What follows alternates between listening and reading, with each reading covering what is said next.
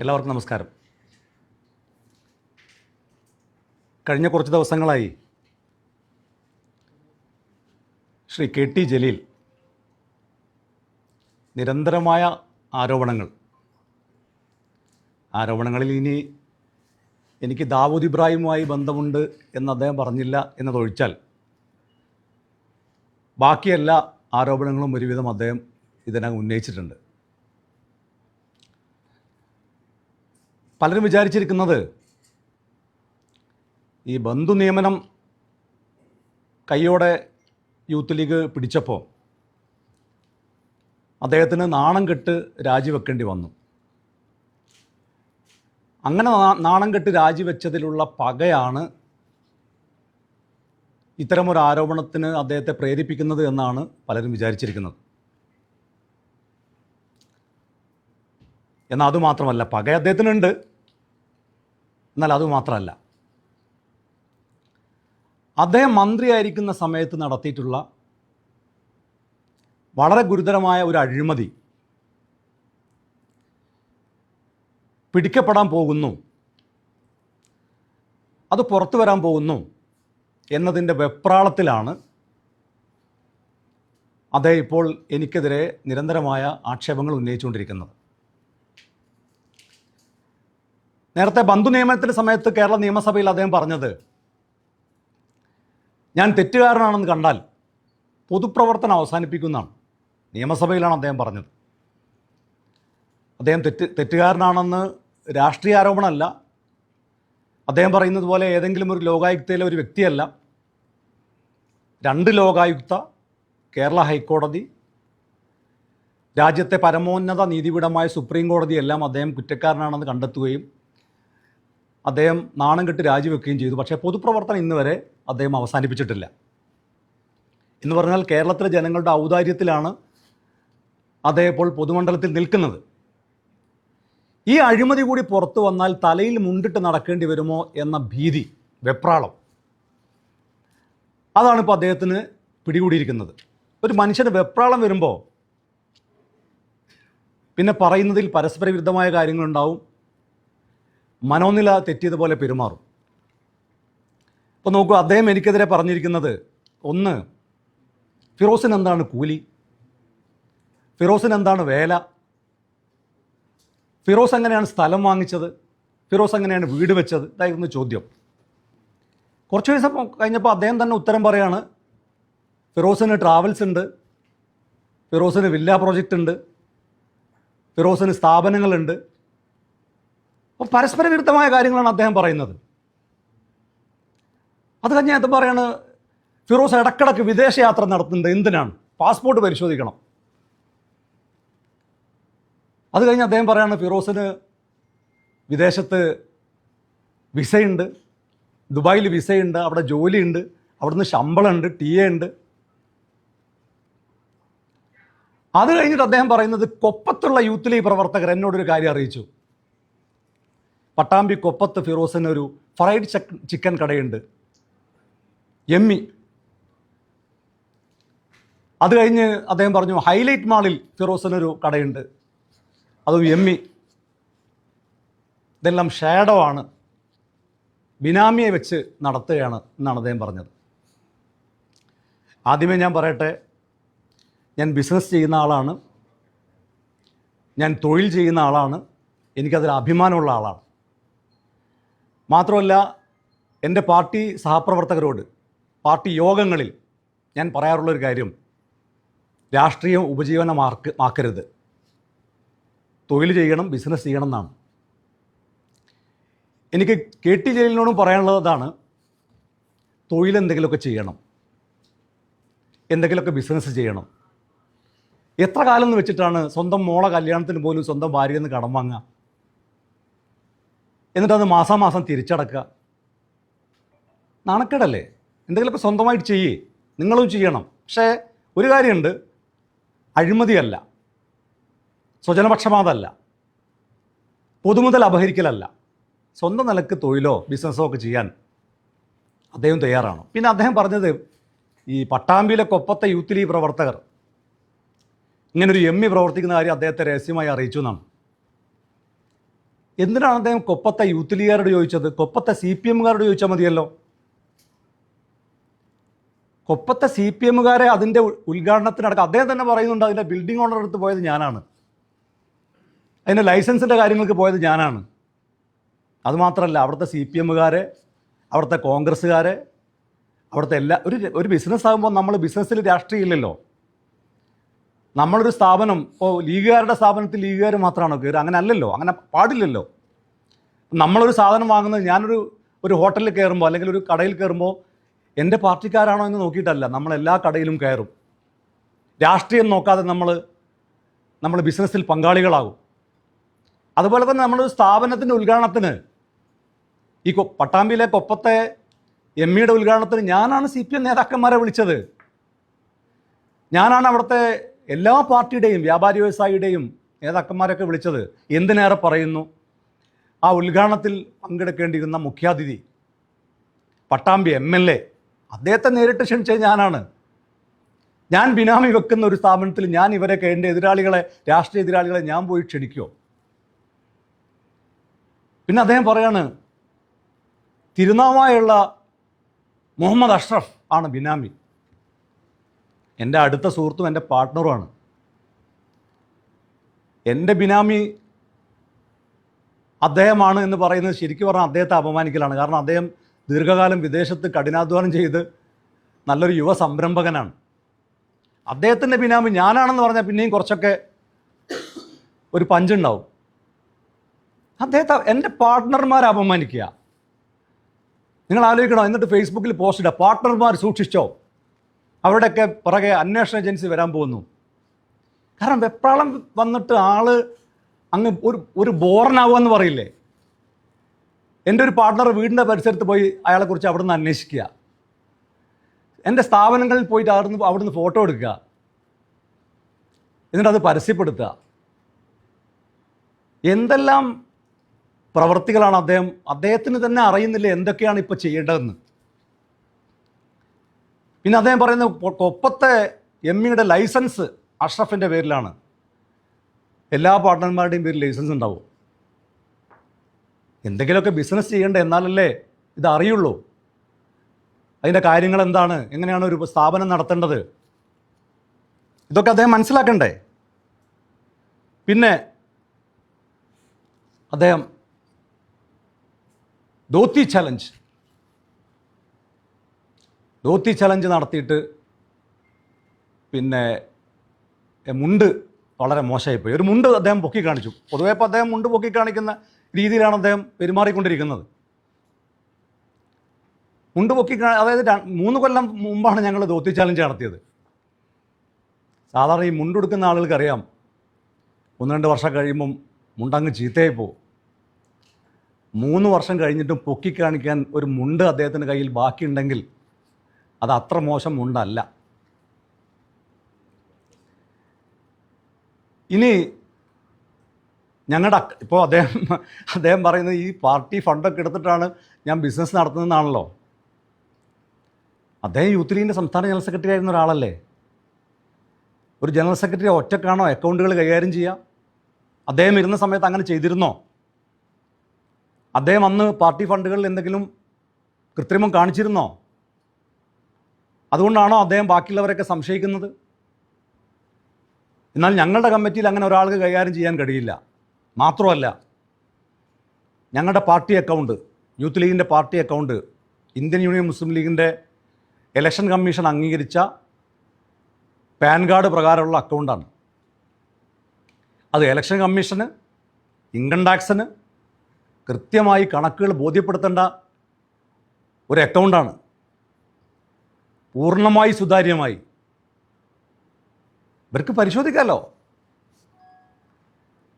പിന്നെ പറയുന്നത് വിദേശത്തുള്ള കമ്പനിക്ക് 3 പേരേ ഉള്ളൂ. ഒന്നാമത്തെ കാര്യം, വിദേശത്തെ കമ്പനി ഒരു സ്വകാര്യ കമ്പനി, അതിൽ എത്ര പേര് വെക്കണം എന്നൊക്കെ തീരുമാനിക്കാനുള്ള അധികാരമെങ്കിലും ആ കമ്പനിക്ക് കൊടുക്കണ്ടേ? ഇതെല്ലാം ജലീലിനോട് പോയിട്ട് പറയണോ? അദ്ദേഹത്തിൻ്റെ അടുത്ത് പോയിട്ട് ഞങ്ങൾ 3 ആളെ വെക്കാൻ തീരുമാനിച്ചിട്ടുള്ളൂ, അങ്ങക്ക് സമ്മതമാണോ? അല്ല, ഞാനിതാ ഇവിടെ കൊപ്പത്തൊരു സ്ഥാപനം തുടങ്ങുന്നുണ്ട്, അദ്ദേഹത്തെയും കൂടി അറിയിക്കേണ്ടിയിരുന്നു. എന്ന കാര്യം എനിക്കറിയില്ലായിരുന്നു. മാത്രമല്ല ദുബായ് വിസയുടെ കാര്യം അറിയുന്ന ആളുകൾക്ക് അറിയില്ലേ, അത് കമ്പനി വിസ കോട്ട പാസ്സാകുന്നതിനനുസരിച്ചാണ് അവിടെ ആളുകൾ അപ്പോയിൻറ്റ് ചെയ്യുക. അതൊക്കെ ആ കമ്പനിയുടെ സ്വകാര്യമായിട്ടുള്ള കാര്യങ്ങളല്ലേ. അത് പൊതുമുതലായിട്ട് ബന്ധപ്പെട്ട കാര്യമാണോ? അവരെനിക്ക് എത്ര ശമ്പളം തരുന്നു, ഞാൻ എത്ര വാങ്ങുന്നു, അതൊക്കെ പരിശോധിക്കാൻ ഇവിടെ സംവിധാനങ്ങളില്ലേ. റിവേഴ്സ് ഹവാല, അദ്ദേഹം ഒരു ആരോപണം ഉന്നയിക്കുമ്പോൾ അദ്ദേഹത്തിന് തന്നെ ഉറപ്പില്ല. കാരണം എന്താ, അയാൾ ക്വസ്റ്റ്യൻ മാർക്കാണ് അദ്ദേഹം. ഫിറോസ് റിവേഴ്സ് ഹവാല നടത്തുന്നുണ്ടോ? Question mark. ഒന്നുകിൽ ഉറപ്പിക്കുക ഉണ്ടോ. നിങ്ങൾ ഇപ്പോൾ അദ്ദേഹം ഇങ്ങനെ ഓരോരുത്തരോട് ചോദിക്കുക, കാണുന്നവരോടൊക്കെ നിങ്ങൾക്ക് റിവേഴ്സ് ഹവാല ഉണ്ടോ, അങ്ങനെയാണോ? അദ്ദേഹത്തിന് അങ്ങനെ ഒരു അഭിപ്രായം ഉണ്ടോ? ഫിറോസിന് റിവേഴ്സ് ഹവാല ഉണ്ട് എന്നൊരു അഭിപ്രായം അദ്ദേഹത്തിനുണ്ടോ? ഉണ്ടെങ്കിൽ അദ്ദേഹം പറയട്ടെ. ഉണ്ടോ എന്ന് എന്തിനാണ് ചോദിക്കുന്നത്? അപ്പോൾ അദ്ദേഹത്തിന് പോലും ഉറപ്പില്ല. കാരണം അങ്ങനെ ഉണ്ട് എന്ന് പറഞ്ഞാൽ, കാരണം അത് വളരെ ഗൗരവമായ, വളരെ ഗുരുതരമായ ഒരു ആരോപണമാണ്. റിവേഴ്സ് ഹവാല എന്നൊക്കെ പറയുന്നത് രാജ്യദ്രോഹ പ്രവർത്തനമാണ്. അത്ര ഗുരുതരമായ ഒരു ആരോപണം അദ്ദേഹം ഉന്നയിച്ചാൽ അത് നിയമപരമായി പോകുമെന്ന് അദ്ദേഹത്തിന് അറിയാം. അപ്പോൾ അത്തരം നിയമ നടപടികൾ ഒഴിവാക്കാൻ വേണ്ടിയുള്ള ബുദ്ധിയാണ് ക്വസ്റ്റ്യൻ മാർക്ക്. പണ്ട് ചില മഞ്ഞപ്പത്രങ്ങളും ചില ഓൺലൈൻ പോർട്ടലുകളൊക്കെ ചെയ്യുന്നത് പോലെയുള്ള ചില ചെപ്പടി വിദ്യകളാണ്. ഇനി ഇതൊക്കെയാണല്ലോ അദ്ദേഹത്തിൻ്റെ ആരോപണം. നിങ്ങൾക്ക് ചോദിക്കാൻ ഞാൻ അതിനുള്ള മറുപടിയും പറയാം. ഇനി എന്താണ് ഇദ്ദേഹത്തിൻ്റെ വെപ്രാളം? എന്താണ് ഇദ്ദേഹം നടത്തിയിട്ടുള്ള അഴിമതി? നേരത്തെ നിങ്ങൾക്കറിയാം, മലയാള സർവകലാശാലയുടെ ഭൂമി ഏറ്റെടുക്കലുമായി ബന്ധപ്പെട്ട് വലിയ ആരോപണം ഉയർന്നിരുന്നു. ആ ആരോപണം ഉയർന്ന സമയത്ത്, ആരോപണം ഉയർന്നു എന്നല്ലാതെ കൃത്യമായ ഒരു തെളിവുകളോ മറ്റു കാര്യങ്ങളോ ഒന്നും പുറത്തു വന്നിട്ടില്ല.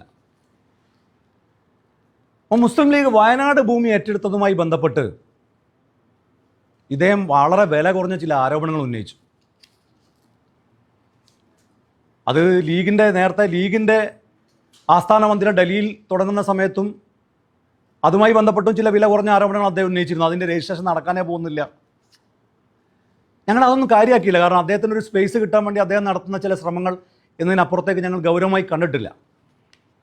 പക്ഷെ വയനാട്ടിലെ വളരെ പാവങ്ങളായിട്ടുള്ള ആളുകളെ, ആ ദുരന്ത ബാധിതരെ പുനരധിവസിപ്പിക്കാൻ വേണ്ടി ലീഗ് ഒരു ഭൂമി ഏറ്റെടുത്തപ്പോൾ ആ ഭൂമിയുമായി ബന്ധപ്പെട്ട് വളരെ അടിസ്ഥാനരഹിതമായ ആരോപണം അദ്ദേഹം ഉന്നയിച്ചു. അത് കുറഞ്ഞ വിലയുടെ ഭൂമി ഉയർന്ന വിലക്ക് വാങ്ങിയതാണ്, തോട്ടഭൂമിയാണ്, അവിടെ നിർമ്മാണം നടക്കില്ല എന്നൊക്കെയായിരുന്നു അദ്ദേഹത്തിൻ്റെ വാദം.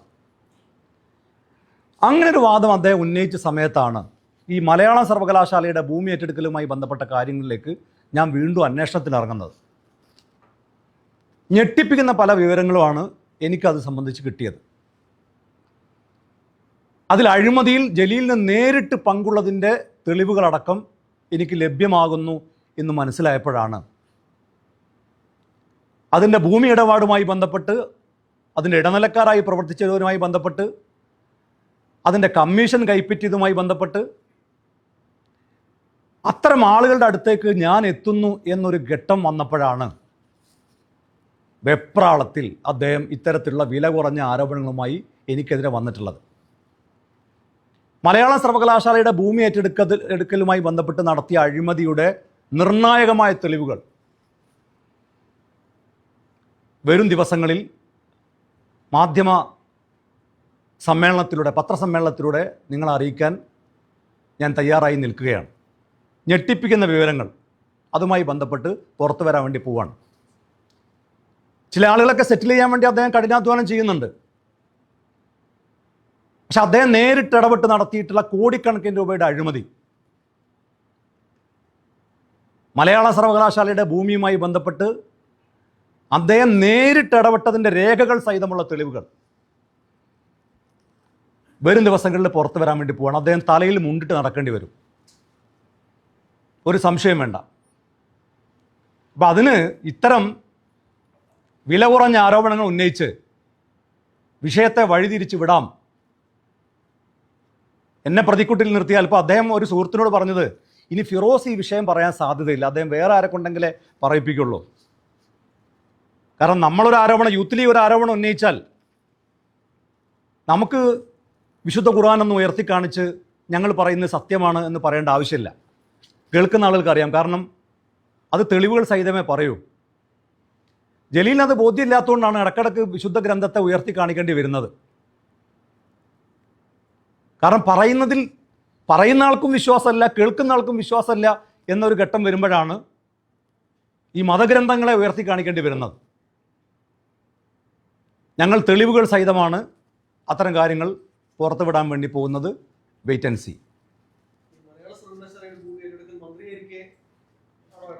തീർച്ചയായിട്ടും ഉന്നത വിദ്യാഭ്യാസ മന്ത്രിയായിരിക്കെ അദ്ദേഹം നേരിട്ട് നടത്തിയ ഇടപെടലുകൾ, അതിൻ്റെ അഴിമതിയിലേക്ക് കൃത്യമായി അദ്ദേഹം നേരിട്ട് പങ്കാളിയായി എന്ന് തെളിയിക്കുന്ന തെളിവുകളാണ് പുറത്തു വരാൻ വേണ്ടി പോകുന്നത്.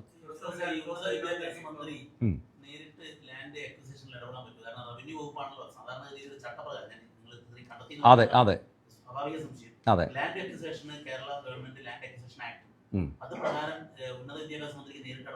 പറ്റില്ലല്ലോ, നിങ്ങൾ സമ്മതിച്ചല്ലോ. അപ്പോൾ അദ്ദേഹം നേരിട്ട് ഇടപെട്ടു എന്നതിൻ്റെ രേഖകളാണ് ഞങ്ങൾ പുറത്തുവിടാൻ വേണ്ടി പോകുന്നത്. കോടികളുടെ അഴിമതിയാണ്.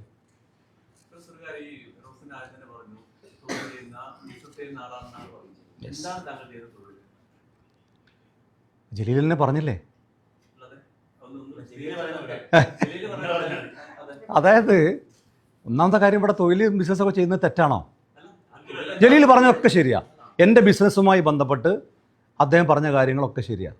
അദ്ദേഹം പറയാത്ത അതായത് നിയമവിരുദ്ധമായ ഒരു ബിസിനസ്സും ഞാൻ ചെയ്യുന്നില്ല. പിന്നെന്താണെന്നറിയോ, ഈ കൈരളിയുടെ ഒക്കെ ഈ ചോദ്യം വരുമ്പോൾ ഉള്ളൊരു പ്രശ്നം എന്താണെന്ന് വെച്ചാൽ, ഇപ്പോൾ ഞാനൊരു ബിസിനസ് ചെയ്യുന്നു എന്ന് പറഞ്ഞാൽ, ഇപ്പോൾ എൻ്റെ സ്ഥാപനം കൊപ്പത്തെ എമ്മിയും ഹൈലൈറ്റ് മാളിലെ എമ്മിയും എൻ്റെ സ്ഥാപനങ്ങളാണ്. എൻ്റെ മാത്രമല്ല, ഞാൻ പാർട്ട്ണർമാരായിട്ടുള്ള, ഞാൻ ഭാഗമായിട്ടുള്ള സ്ഥാപനങ്ങളാണ്. അത് രാഷ്ട്രീയമായി ഒരാളുടെ ഒരു സ്ഥാപനമാണെന്ന് ബ്രാൻഡ് ചെയ്താൽ ഒരു കച്ചവട സ്ഥാപനത്തിന് നല്ലതാണോ അത്? നിങ്ങൾ പറയും. നമ്മളങ്ങനെ ഏതെങ്കിലും ഒരു സ്ഥാപനം, ഇപ്പോൾ ഇവിടെ ഈ തൊട്ടടുത്തല്ലേ ബ്ലൂഫിൻ ട്രാവൽസ്, ആ ട്രാവൽസിൻ്റെ ഉദ്ഘാടനത്തിന് ഞാൻ പറയുന്നില്ല, ഞാൻ കേരളത്തിലെ മന്ത്രിമാരെ കൊണ്ടടക്കം അതിനകത്ത് ആശംസകൾ പറയിപ്പിച്ചിട്ടുണ്ട്. അത് ആളുകൾ ഇപ്പോൾ ഈ സമയത്ത് വലിച്ചേക്കുന്നത് ശരിയല്ല. കാരണം ഇത് ബിസിനസ്സല്ലേ. ഇതിനകത്ത് ഇവിടുത്തെ കോർപ്പറേഷനിലെ ഇടതുപക്ഷത്തിൻ്റെ ഭരണാധികാരികൾ അതിൻ്റെ ഉദ്ഘാടനത്തിന് പങ്കെടുത്തിട്ടില്ലേ? ഞാൻ ചോദിക്കുന്ന, ഒരു സ്ഥാപനത്തിലേക്ക് നമ്മൾ എന്തിനാണ് രാഷ്ട്രീയം ഞാനിപ്പോൾ ഫിറോസിൻ്റെ സ്ഥാപനമാണെന്ന് പറഞ്ഞ് നമ്മളൊക്കെ രാഷ്ട്രീയ പ്രവർത്തകരല്ലേ, അതൊരു രാഷ്ട്രീയമായി ബ്രാൻഡിങ് ചെയ്യേണ്ട ആവശ്യമുണ്ടോ? ഞാൻ പറയുന്നത് എനിക്ക് ബിസിനസ് ഉണ്ട്. ഇപ്പോൾ ഇതൊക്കെ ഇപ്പോൾ ഏതായാലും ജലീൽ പറഞ്ഞതല്ലേ. ജലീൽ പറയാത്ത ബിസിനസ്സും ഉണ്ട്. അത് നിയമവിരുദ്ധമായിട്ടുള്ള ബിസിനസ്സുകളല്ല. അതിനകത്ത് കൃത്യമായ സോഴ്സുകളുണ്ട്. ഇപ്പോൾ അതിനകത്തൊരു സംശയം ഒരാൾക്ക് ഉന്നയിക്കേണ്ടത് അതിനകത്ത് എങ്ങനെ ഫണ്ട് കണ്ടെത്തി എന്നുള്ളതാണല്ലോ. എല്ലാം ഇപ്പോൾ അദ്ദേഹം പറഞ്ഞ സ്ഥാപനങ്ങളടക്കം അദ്ദേഹം പരിശോധിച്ചോട്ടെ. കേരളം ഭരിക്കുന്നത് ഞാനല്ലല്ലോ, UDF അല്ലല്ലോ. കേരളത്തിൻ്റെ മുഖ്യമന്ത്രി ഇടതുപക്ഷത്തിൻ്റെ CPM പ്രവർത്തകർ കൊല്ലപ്പെട്ട ദിവസം പോലും തൂക്കുപാത്രത്തിൽ ജലീലിന് പായസം കൊടുത്തയച്ചു ആണ് എന്ന് ജലീൽ പറഞ്ഞ ആളല്ലേ. ഞങ്ങൾക്ക് അധികാരമൊന്നുമില്ലല്ലോ, ഞങ്ങൾ പ്രതിപക്ഷത്തിരിക്കുന്നവരല്ലേ. എന്തെങ്കിലും സംശയം ഉണ്ടെങ്കിൽ ഫേസ്ബുക്കിൽ ഇങ്ങനെ ഡയലോഗ് അടിക്കാതെ പരാതി കൊടുത്താൽ പോരെ. എന്താണ് ദുബായ്? എനിക്ക് ദുബായിൽ ജോലി ചെയ്യാൻ പറ്റില്ല. എനിക്ക് എൻ്റെ പാർട്ടിയിലല്ലേ പറയേണ്ടത്. അപ്പം എൻ്റെ പാർട്ടിയിൽ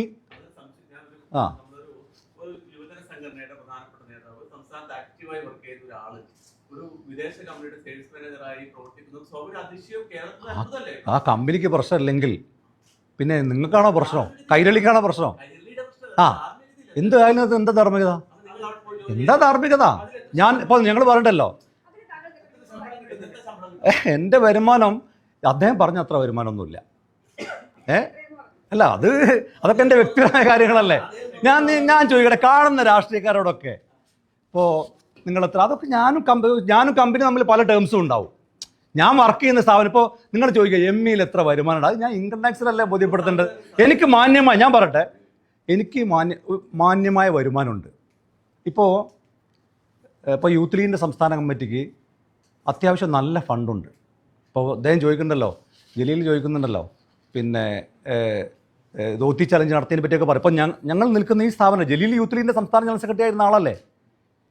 അദ്ദേഹത്തിന് ഈ ഫണ്ട് കളക്ഷൻ്റെ ബുദ്ധിമുട്ടൊന്നും അദ്ദേഹത്തിനില്ല. എന്താ കാര്യം എന്നറിയോ? അദ്ദേഹം ഒരു പണിയും ചെയ്തിട്ടില്ല യൂത്ത് ലീഗിൻ്റെ സംസ്ഥാന ജനറൽ സെക്രട്ടറി ആയിരുന്ന സമയത്ത്. അന്നും സഹഭാരവാഹി, ഒറ്റ മിനിറ്റ് ഞാൻ പറയട്ടെ, സഹഭാരവാഹികളാണ് വർക്ക് ചെയ്തിരുന്നത്. ഞങ്ങളെ കമ്മിറ്റി ഉണ്ടാക്കി ആസ്ഥാന മന്ദിരത്തിലിരുന്നാണ് ഞാൻ ഈ വാർത്താ സമ്മേളനം നടത്തുന്നത്. തൊട്ടപ്പുറത്ത് ഞങ്ങളൊരു കെട്ടിടം എടുത്തിട്ടുണ്ട്, ഭാവിയിലേക്കുള്ള യൂത്ത് ലീഗ് തലമുറയ്ക്ക് വേണ്ടി വരുമാനം കിട്ടാൻ വേണ്ടി. ഇതിൻ്റെ തൊട്ടപ്പുറത്ത് ഏതാണ്ട് 2 കോടിയോളം വില മതിക്കുന്ന ഒരു കെട്ടിടം ഞങ്ങൾ അവിടെ വാങ്ങിയിട്ടുണ്ട്.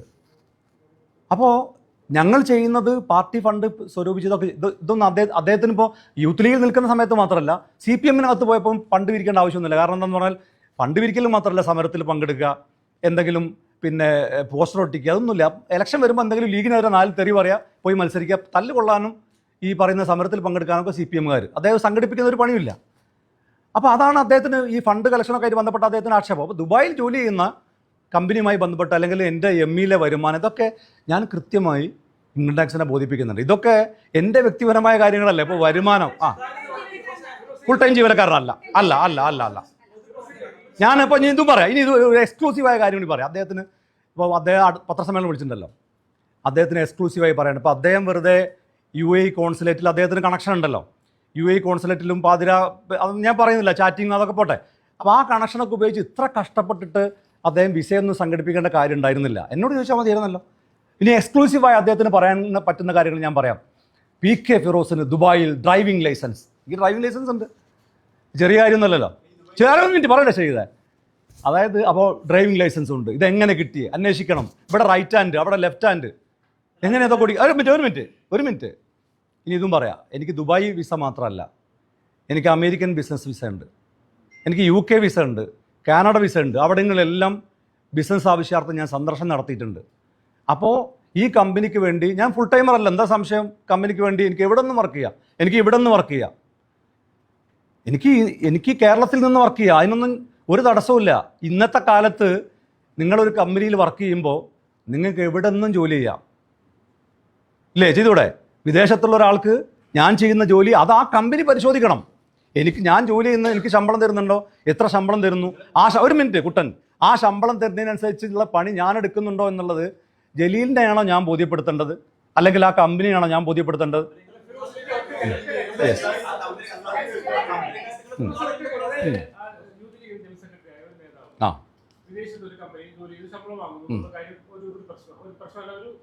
ആരോപണം.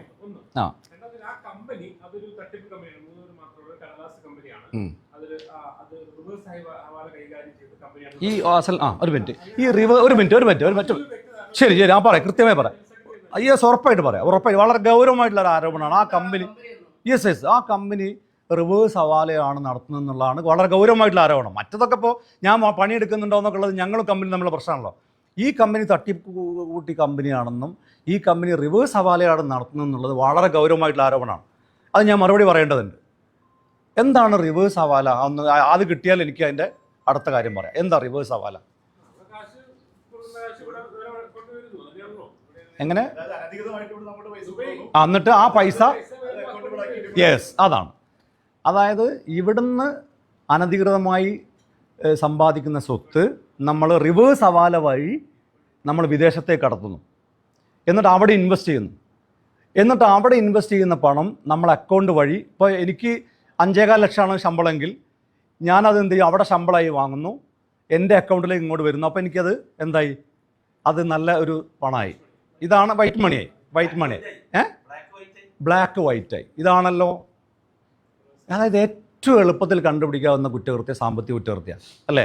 അതായത് എൻ്റെ അക്കൗണ്ടുകൾ പരിശോധിക്കുക, ഈ കമ്പനിയുടെ അക്കൗണ്ടുകൾ പരിശോധിക്കുക, എന്നിട്ട് ഇവിടുന്ന് പണം അങ്ങോട്ട് അയച്ചാൽ കണ്ടുപിടിക്കാൻ പറ്റില്ല, ഉറപ്പല്ലേ? ഇപ്പോൾ റിവേഴ്സ് ഹവാല എന്ന് പറഞ്ഞാൽ ഇതെങ്ങനെയാണ്? മറ്റത് അവിടുന്ന് ഇങ്ങോട്ട് വരുത്താൻ വേണ്ടിയിട്ടാണല്ലോ അവിടുന്ന് അങ്ങോട്ട് അയക്കുന്നത്. എൻ്റെ അക്കൗണ്ടുകൾ പരിശോധിക്കട്ടെ, കമ്പനിയുടെ അക്കൗണ്ടുകൾ പരിശോധിക്കട്ടെ. ഈ കമ്പനി ഇനി ഉത്തരം ഞാൻ പറയണമെങ്കിൽ ഞാൻ പറയാം, ഈ കമ്പനി റിവേഴ്സ് ഹവാല നടത്തുന്നില്ല എന്നൊക്കെ പറയുന്നത് ബാലിശമാണ്. ഈ കമ്പനി ഫുഡ് ട്രേഡിംഗ് കമ്പനിയാണ്. ദുബായിലാണ്.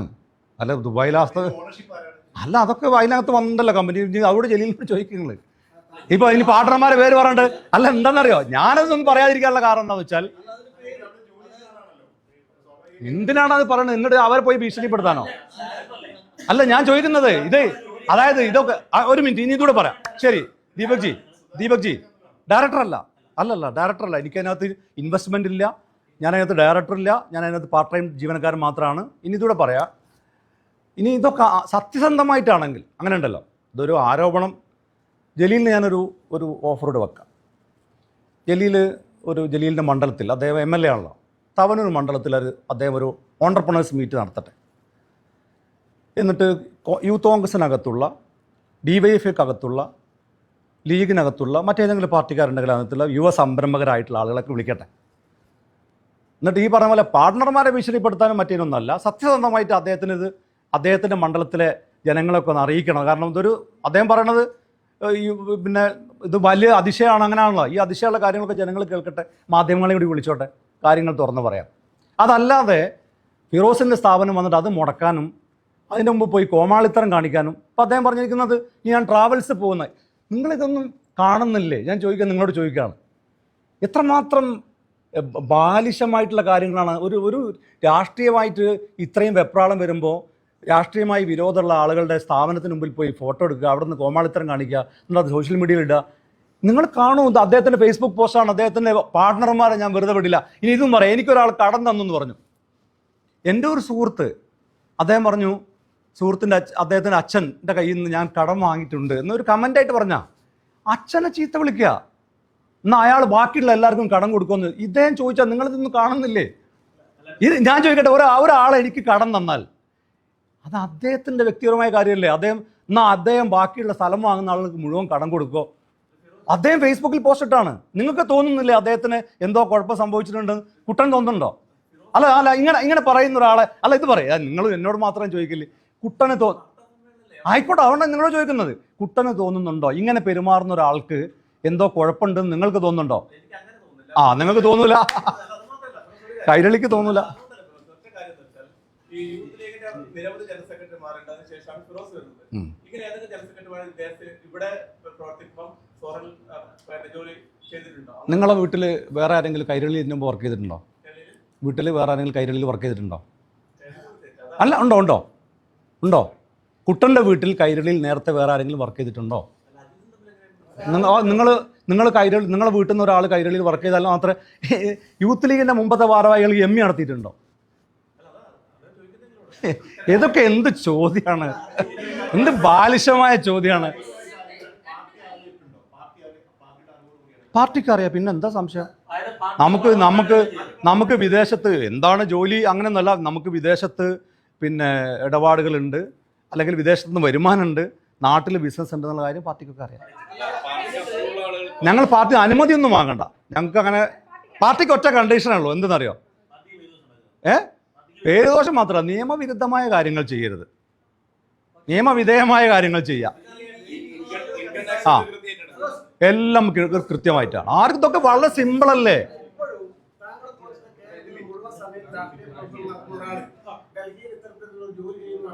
ഡൽഹിയിലല്ല, ദുബായിൽ.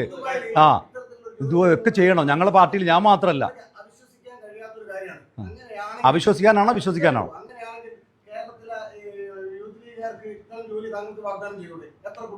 എത്ര ആൾ യൂത്ത് ലീഗുകാർ എത്ര യൂത്ത് ലീഗുകാർ വിദേശത്ത് ജോലി ചെയ്യുന്നുണ്ട്? ഞങ്ങളെ യൂത്ത് ലീഗിൻ്റെ ഒരുപാട് ആൾക്കാർ വിദേശത്ത് ജോലി ചെയ്യുന്നുണ്ട്, ഒരുപാട് പ്രവർത്തകർ ജോലി ചെയ്യുന്നുണ്ട്. അപ്പോൾ എന്നെക്കുറിച്ചുള്ള ആക്ഷേപം എന്നാ ഇത് ഇടക്കിടക്ക് വിദേശത്ത് പോകുന്നുണ്ടെന്നല്ലേ? എന്താണ് ഇത് ഇടക്കിടക്ക് വിദേശത്ത് പോകുന്നത് എന്തിനാ? കോടികൾ വിശ്വാസം നടത്തുന്നല്ലേ? അല്ല, വരുമാനം എത്ര ഉണ്ടെന്ന് ഞാൻ പറഞ്ഞില്ലല്ലോ. എനിക്ക് അത്യാവശ്യം വരുമാനമുണ്ട് ജീവിക്കാനുള്ള. അതായത് അത് ഞാൻ പറഞ്ഞുതരാം, ഇതോട് പറയാം. ഒരു മിനിറ്റ് റിയാസ് ഭായി, അതായത് ഒരു മിനിറ്റ്. ഇപ്പോൾ യൂത്ത് ലീഗിൻ്റെ കമ്മിറ്റി എന്നുള്ളതിലൊക്കെ എനിക്ക് വേണമെങ്കിൽ, ഇപ്പോൾ ഞാൻ ഒരു ഡെയിലി ഒരു 1500-2000 രൂപക്ക് ഫ്യൂൽ അടിക്കുന്ന ആളാണ്. എനിക്ക് വേണമെങ്കിൽ പാർട്ടിയിൽ നിന്ന് എനിക്ക് എടുക്കാം. ഞാനൊരു നയാ പൈസ പോലും പാർട്ടിയിൽ നിന്ന് എടുക്കുന്നില്ല, എൻ്റെ സ്വന്തം വരുമാനത്തിൽ നിന്നാണ്. അതുകൊണ്ട് എൻ്റെ പാർട്ടി സഹപ്രവർത്തകരോട് എനിക്ക് പറയാനുള്ളത്, എല്ലാവർക്കും കഴിഞ്ഞോളൊന്നുമില്ല, പക്ഷേ പാർട്ടി പ്രവർത്തകർ രാഷ്ട്രീയം ജീവിതമാർഗമാക്കരുത്. തൊഴിൽ ചെയ്യണം, അല്ലെങ്കിൽ ബിസിനസ് ചെയ്യണം. നിയമവിരുദ്ധമായ കാര്യങ്ങൾ നിങ്ങൾ ചെയ്യരുത്. നിയമവിരുദ്ധമായ കാര്യങ്ങൾ ഏതെങ്കിലും ആക്ഷേപമൊക്കെ ഉന്നയിക്കുമെന്ന് പേടിച്ചിട്ട് ഇനി രാഷ്ട്രീയക്കാർ ഇപ്പോൾ പിന്നെ MLA-മാരാവട്ടെ ജനപ്രതിനിധികളാവട്ടെ ആർക്കും രാഷ്ട്രീയം ബിസിനസ്സാക്കാതെ അവരൊക്കെ തൊഴിൽ ചെയ്ത് അല്ലെങ്കിൽ ബിസിനസ് ചെയ്ത് വരുമാന മാർഗം ഉണ്ടാക്കുന്നതാണ് അന്തസ്സ്. അതൊരു തെറ്റാണ്, അല്ലെങ്കിൽ അതൊരു മോശം കാര്യമാണ് എന്നാരെങ്കിലും പറഞ്ഞാൽ സമ്മതിച്ചു തരാൻ തൽക്കാലം നിവൃത്തിയില്ല. കൃത്യമായ സോഴ്സ് ഉണ്ട്.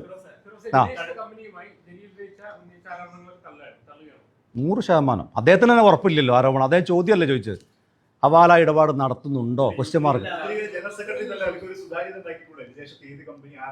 അദ്ദേഹം തന്നെ പറഞ്ഞില്ലേ അതൊക്കെ അതിനകത്തില്ലേ, അദ്ദേഹം തന്നെ പറഞ്ഞില്ലേ. എന്തിനാണ് ഞാനിത് പറയണത്, ഇത് പറയണത് എന്തിനാണെന്ന് ചോദിച്ചു. പറയാത്തത് എന്തുകൊണ്ടെന്ന് വെച്ചാൽ, നീ ഇവരൊക്കെ പോയി ഭീഷണിപ്പെടുത്താം. എൻ്റെ ഒരു പാർട്ട്ണറെ വീടിൻ്റെ പരിസരത്ത് ഇദ്ദേഹം പോയി എന്ന് പറഞ്ഞാൽ നിങ്ങൾ വിശ്വസിക്കുമോ? വീടിൻ്റെ പരിസരത്ത് പോയി നിൽക്കുക, എന്നിട്ട് അവിടെ കാണുന്ന ആൾക്കാരോടൊക്കെ ഇവരെന്താ പരിപാടി, ഇവരെന്താ ചെയ്യുന്നത്, എന്തൊരു എന്നിട്ട് ഞാനതൊക്കെ പറയണമെന്ന് പറയുന്നത്. ഞാൻ ചോദിക്കുന്നത്, KT ജലീൽ ഭരണത്തിൻ്റെ ഭാഗമായി നിൽക്കുന്ന ഒരാളല്ലേ? ഫേസ്ബുക്കിൽ ഇങ്ങനെ പോസ്റ്റ് ഇടലും പത്രസമ്മേളനം നടത്തലാണോ ചെയ്യേണ്ടത്? ഞാൻ നിയമവിരുദ്ധമായിട്ടുള്ള എന്തെങ്കിലും കാര്യം ചെയ്യുന്നുണ്ടെങ്കിൽ അത് അന്വേഷണ ഏജൻസികൾ കൈമാറി എന്നെ എത്രയും പെട്ടെന്ന്, അതല്ലേ ഹീറോയിസം. പക്ഷെ ഒറ്റ കണ്ടീഷൻ ഉണ്ട് അദ്ദേഹത്തോട് എനിക്ക് പറയാനുള്ളത്. ഇപ്പോൾ എനിക്ക് യൂത്ത് ലീഗിൻ്റെ ദേശീയ കമ്മിറ്റി നടത്തിയ പിരിവ്, ദേശീയ കമ്മിറ്റിയുടെ അക്കൗണ്ടിലേക്ക് വാങ്ങിയ പണം, അതിൻ്റെ പേരിൽ സംസ്ഥാന ജനറൽ സെക്രട്ടറിയായ എൻ്റെ പേരിൽ ഇവർ സ്വാധീനം ചെലുത്തി കേസെടുപ്പിച്ചു.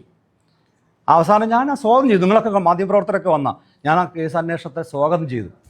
അവസാനം പോലീസ് കേസ് അന്വേഷിച്ചപ്പോൾ എന്തായി, രാഷ്ട്രീയ പ്രേരിത എന്ന് പറഞ്ഞ് തള്ളി. അപ്പോൾ പോലീസിനെ ട്രാൻസ്ഫർ ചെയ്യരുത്. ഇനിയും കേസ് അന്വേഷണം നടത്തുമ്പോൾ, ഇപ്പോൾ വിജിലൻസിന് അദ്ദേഹം പരാതി കൊടുത്തില്ലേ, BDക്കും മറ്റേ കേന്ദ്ര അന്വേഷണ ഏജൻസിക്കൊക്കെ അദ്ദേഹം പരാതി കൊടുക്കുമെന്ന് പറഞ്ഞില്ലേ.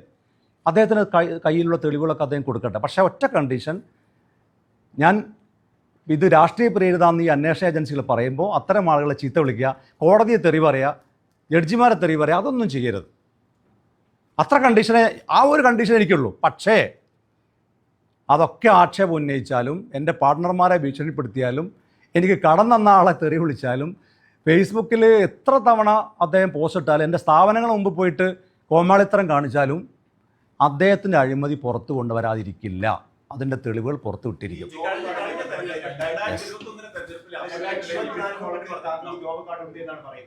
അതിനു മുമ്പ് നിങ്ങൾക്ക് ജോബ് കാർഡ് ഉണ്ടായിരുന്നോ? അങ്ങനെയെങ്കിൽ നിയമസഭാ തെരഞ്ഞെടുപ്പുമായി ബന്ധപ്പെട്ട് അത് ഞാൻ ചോദിക്കട്ടെ, ഇതൊക്കെ ഉണ്ടെങ്കിൽ നടപടി എടുക്കണമെന്നേ. ഞാൻ അഫിഡവിറ്റിൽ കൊടുത്ത കാര്യങ്ങളൊക്കെ പൂർണ്ണമായിട്ടും ശരിയായ കാര്യങ്ങളാണ്. വസ്തുതാവിരുദ്ധമായിട്ടുള്ള ഒരു കാര്യം ഞാൻ ചെയ്തിട്ടില്ല. ഉണ്ടെങ്കിലല്ലേ കൊടുക്കേണ്ടതുള്ളൂ. 2021 ഞാൻ വസ്തുതാവിരുദ്ധമായിട്ടുള്ള ഒന്നും അഫിഡവിറ്റിൽ കൊടുത്തിട്ടില്ല. അദ്ദേഹത്തിന് എന്തെങ്കിലും തെളിവുണ്ടെങ്കിൽ വളരെ സിമ്പിളല്ലേ. അല്ലാന്ന് ഞാൻ ചോദിക്കുന്നത്, ഉണ്ടെങ്കിൽ അദ്ദേഹം തെളിയിക്കട്ടെ. എനിക്കതിന് മുമ്പ് ജോബ് കാർഡുണ്ട്.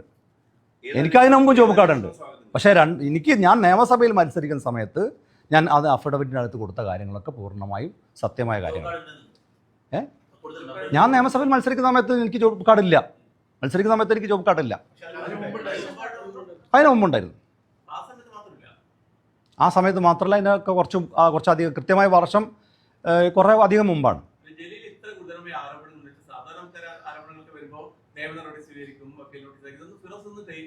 അതാണ് നല്ല ചോദ്യമാണ്. Good question Kairali. അങ്ങനെ ഒരു ചോദ്യം ചോദിച്ചാൽ സന്തോഷമുണ്ട്. ഞാനത് നിയമവിദഗ്ധരായിട്ട് ആലോചിക്കുന്നുണ്ട്. കാരണം എന്താ വെച്ചാൽ മറ്റാരോപണങ്ങളൊന്നും പോലല്ല.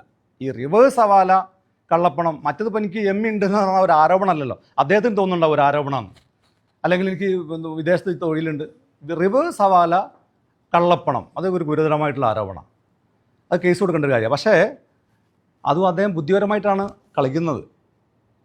ബുദ്ധിപരമായിട്ടെന്ന് പറഞ്ഞാൽ ഈ മാനാഷ്ട കേസിൻ്റെ കാര്യത്തിൽ മാത്രം, വേറൊരു കാര്യത്തിൽ ബുദ്ധിപരമായ കാര്യമല്ല. അദ്ദേഹം ക്വസ്റ്റ്യൻ മാർക്ക് ഇടുക. അതിനകത്ത് അദ്ദേഹം എന്താ പറഞ്ഞിരിക്കണമെന്ന് അറിയോ? അദ്ദേഹം എഴുതി, ഞാൻ വായിക്കാം. ഫിറോസിൻ്റെ കമ്പനി നടത്തുന്നത് റിവേഴ്സ് ഹവാലയോ? അദ്ദേഹത്തിന് ഇപ്പോൾ ഞാൻ നോട്ടീസ് അയച്ചാൽ അദ്ദേഹം പറയാം, ഞാൻ റിവേഴ്സ് ഹവാല നടത്തുന്നു പറഞ്ഞിട്ടില്ലല്ലോ. ഉണ്ടോയെന്നൊരു ചോദ്യമല്ലേ. അപ്പോൾ അതുകൊണ്ട് അദ്ദേഹത്തിന് പോലും ഉറപ്പില്ലാത്തൊരു കാര്യമാണ് കൈരളി നിങ്ങൾ ഇങ്ങനെ വാർത്തയാക്കുന്നത്. അദ്ദേഹം നിങ്ങൾ കൈരളി ഒന്ന് പോയി ചോദിക്കണം, നിങ്ങൾക്ക് ഉറപ്പുണ്ടോ? അദ്ദേഹം ചോദിച്ചല്ലേ.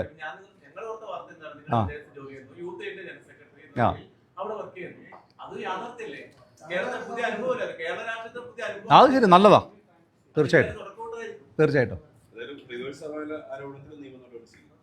അല്ല, അതാ പറഞ്ഞ എൻ്റെ നിയമവിദഗ്ധരായിട്ട് ആലോചിക്കും. ഇപ്പോൾ അദ്ദേഹത്തിന്, ഇപ്പോൾ ഞാൻ ഇതിനകത്ത് മനസ്സിലാക്കുന്നൊരു കാര്യം, അദ്ദേഹത്തിൻ്റെ ഒരു ഡിഫൻസ് ക്വസ്റ്റ്യൻ മാർക്ക് ഉള്ളതായിരിക്കും.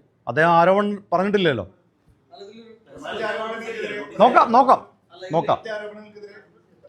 മറ്റേത് ഇപ്പോൾ എന്താ ആരോപണം, നടത്തുന്നുണ്ടെന്നുള്ളൊരു ആരോപണം, എനിക്കൊരു ക്രെഡിറ്റ് അല്ല അത്. ഇപ്പം ഇനി വേറൊരു കാര്യമാണ് പറയാം. ഒറ്റ കാര്യമിടും ദീപക് ജി, ഈ ജലീലിനുള്ളൊരു ബുദ്ധിയാണ് കേട്ടോ.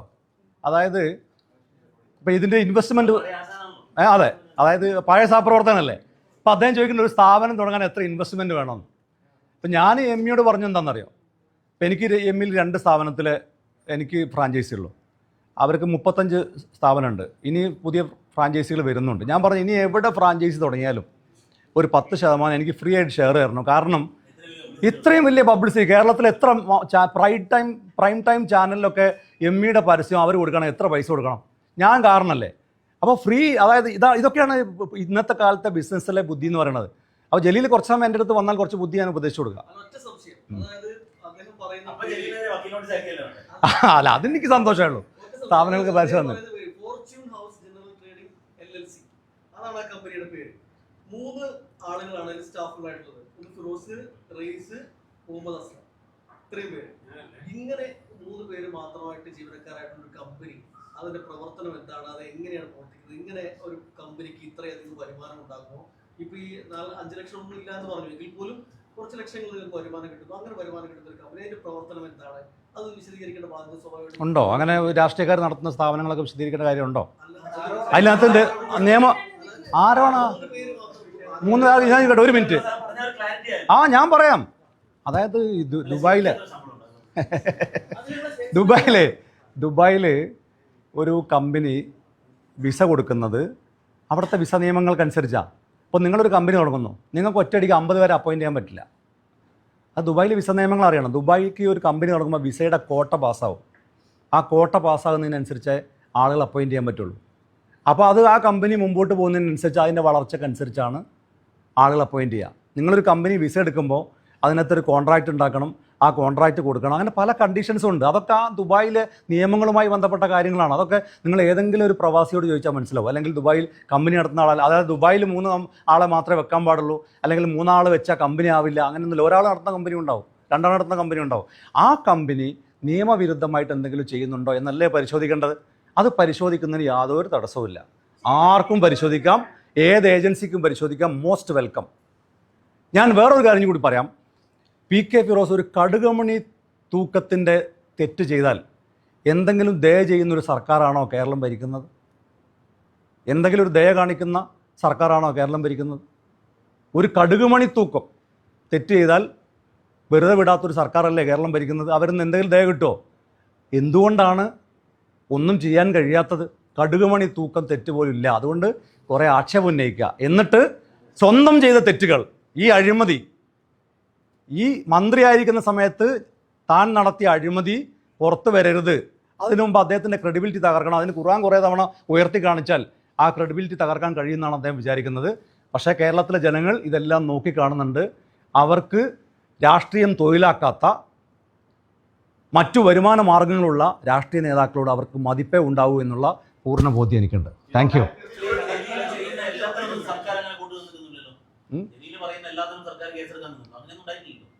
അല്ല, നോക്കാം. ഞാൻ പ്രാക്ടീസ് ചെയ്യുന്നില്ല. ഇപ്പോൾ ഞാൻ പ്രാക്ടീസ് ചെയ്യുന്നില്ല. എല്ലാം പരിശോധിച്ചോട്ടെ എന്ന്. നിങ്ങൾക്ക് എന്താ പേടി? ഞാൻ പ്രാക്ടീസിങ് ലോയർ അല്ല. ഞാനിപ്പോൾ പ്രാക്ടീസിങ് ലോയർ അല്ല. ഓക്കെ, നീ അതോട് പരിശോധിക്കുക നിങ്ങൾ. നിങ്ങളെ കണ്ടുപിടുത്തോ, അത് പരിശോധിക്കുക നിങ്ങൾ.